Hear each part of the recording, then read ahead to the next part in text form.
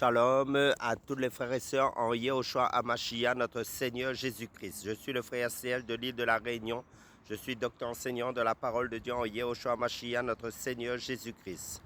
Nous sommes le dimanche 7 décembre 2025. Nous sommes dans le sud de l'île de la Réunion, dans la ville de Saint-Pierre.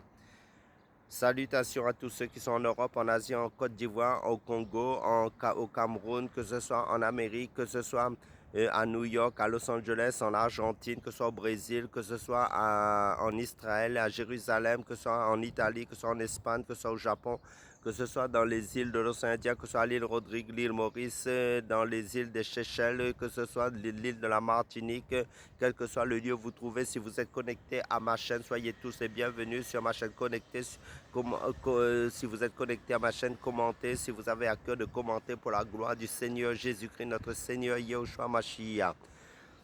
Donc sur ma chaîne, nous faisons que parler de la parole de Dieu, de faire connaître notre Dieu, le Seigneur Jésus-Christ, le Sauveur de notre âme.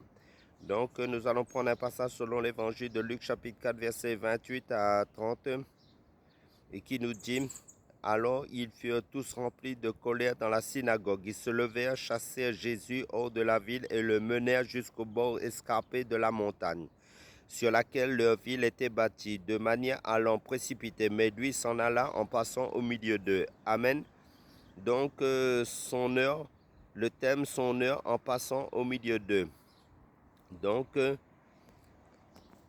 Jésus débute son service public dans la synagogue du village de son enfance. Tous les auditeurs sont impressionnés par ses paroles de grâce, mais dans leur prétention religieuse, ils estiment ne pas avoir besoin de cette grâce et ne supportent pas que les non-juifs puissent en fait en bénéficier. Et voici la foule en colère qui mène Jésus à la falaise de Nazareth pour le faire tomber. Mais l'heure de sa mort n'a pas encore sonné selon l'évangile de Jean chapitre 7 verset 30. Personne n'avait le droit de mettre les mains sur lui. Il s'en alla en passant au milieu d'eux. Plus tard, on envoie des gardes pour le prendre. Ils reviennent bredouille. Pourquoi ne l'avez-vous pas amené? Ils répondent, jamais homme n'a parlé comme cet homme. Selon l'évangile de Jean chapitre 7 verset 45 à 46. Un jour, Jésus déclare de façon solennelle et majestueuse: avant qu'Abraham fût, je suis. Selon l'évangile de Jean chapitre 8 verset 58. Il exprime son existence éternelle et s'identifie à Dieu qui, dans le buisson enflammé, s'était révélé à Moïse par le nom: je suis celui qui suis. Selon Exode chapitre 3 verset 14. Les Juifs offusqués d'une telle prétention prirent alors des pierres pour les jeter contre lui. Mais Jésus se cacha et sortit du temple. Selon l'évangile de Jean chapitre 8 verset 59. Le Fils éternel de Dieu, créateur du monde, se cache. Quel abaissement! Jésus ne devait pas mourir sous les pierres, mais sur la croix, pour notre salut. Amen.